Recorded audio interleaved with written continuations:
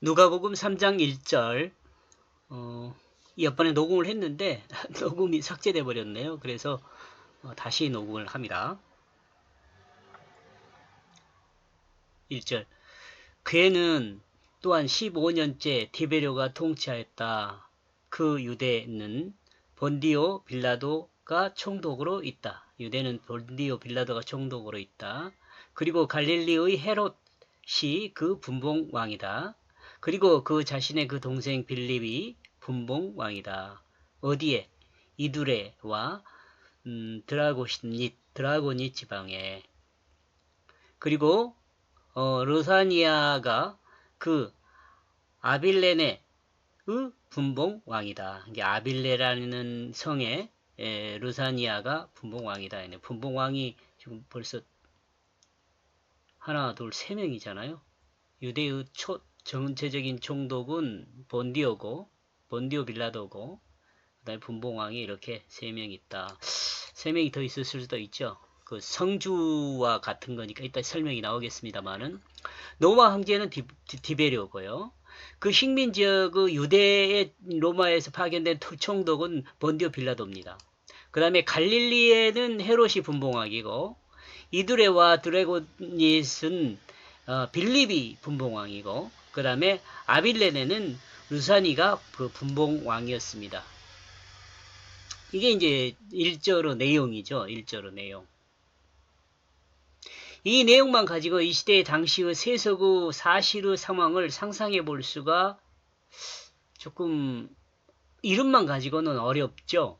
이렇게 역사적인 내용, 인물들은 알 수 있지만, 그때 당시에 인물들은 알 수 있지만, 그 성경이 전달하고자 하는 의미는 그렇게 명확하게 이름 갖고는 알 수가 없다고 저는 생각했습니다.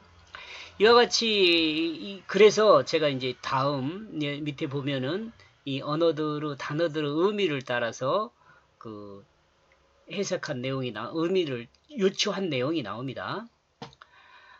왜 그렇게 유추를 했냐면 성경은 역사를 알게 하려고 기록한 것이 아닙니다. 역사책이 아니죠. 성경은 역사책이 아닙니다. 성경은 하나님의 뜻을 하나님의 백성이 알도록 기록한 거죠.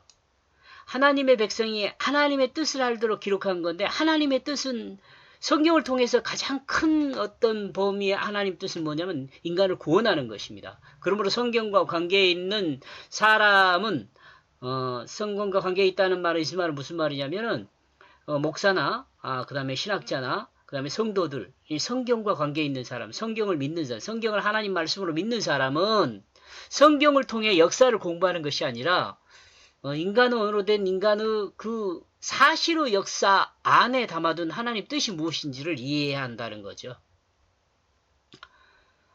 이 내용 다시 정리한 내용이고요. 그래서 그 유대라는 말은 이런 의미가 있어요. 그를 찬미하자, 그를 기억하자.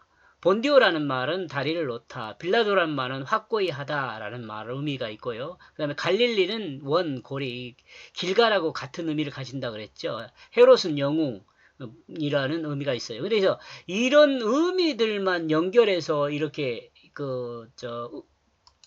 이 성경 말씀이 전달하는 것을 한번 유추해 보니까 이런 의미가 나오는 거죠. 하나님을 찬미하고 기억하는 땅은 확고하게 다리를 놓아 연결되어 전쟁의 영웅들이 그 문을 지키고 있다로 생각해 볼 수 있다는 거죠. 이렇게 지금 해놓고 보니까, 그때 당시 유대 상황이 어떤 상황이었는가, 하나님이 왜 그때 당시에 예수 그리스도를 그곳에 이렇게, 있게 했는가, 그 역사 안에, 이런 것들을 좀 생각할 수 있는 거죠. 그 다음에 이 후반절 보니까 그 자신의 그 동생 빌립, 이런 이제 빌립은 이두레하고 드라고니 지방의 총독이고, 분봉왕이고, 루사니아는 아빌레네의 분봉왕입니다. 이 의미들을 또 똑같이 한번 연결해서 이렇게 의미들을 한번 생각해 봤는데, 거친 세속의 역사에 둘러싸인 아베르 땅은 말씀을 기록하기를 좋아하는 사람이 슬픔을 쫓아버릴 것이다로 생각해 볼 수 있는 거죠.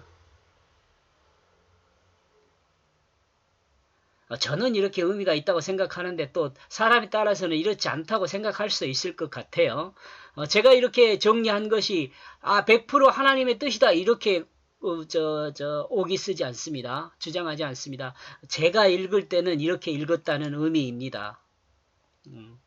저하고 공유할 수 있는 사람도 있을 거고 뭔 소리냐 이런 말이 어디 있느냐 이렇게 생각할 분도 있을 것 같아요. 여기서 빌립이란 단어는 타는 말을 좋아하는 사람이란 말이거든요. 의미가 빌립이란 말 의미가. 근데 이 타는 말이라는 말하고 쓰다라는 말은 셰페르라는 말 똑같아요. 문자가. 그래서 저는 여기를 이 문자를 생각하면서 기록하기를 좋아하는 사람으로 제가 정리를 해본 거죠. 기록하기를 좋아하는 사람. 이런 점에서 필자는 타는 말을 좋아한다고 표현하기보다는 말씀을 기록하기를 좋아하는 사람으로 그 의미를 생각해 보았습니다. 성경 본문의 세속의 시대 상황과 하나님의 백성 이스라엘의 상황을 잘 드러내고 있다고 봅니다. 제 나름대로는 그렇게 보는 거예요. 하나님의 사랑이 다스리는 나라가 아니라 세속의 왕이 다스리는 땅이 되었음을 드러냅니다. 그러므로 하나님은 찬양하는 백성이 되지 못하고 전쟁 영웅들에 둘러싸여 있는 거친 땅이 되어 있는 그곳에 그 아벨과 같이 하나님께 화목제를 드려야 할 땅이 거친 세속의 역사에 둘러싸여 있는 이런 상태. 그러므로 기록된 그 하나님의 말씀의 약속대로 거친 세속의 역사에 둘러싸인 슬픔의 지역에 그 슬픔을 쫓아낼 수 있는 주님을 보내신 거죠.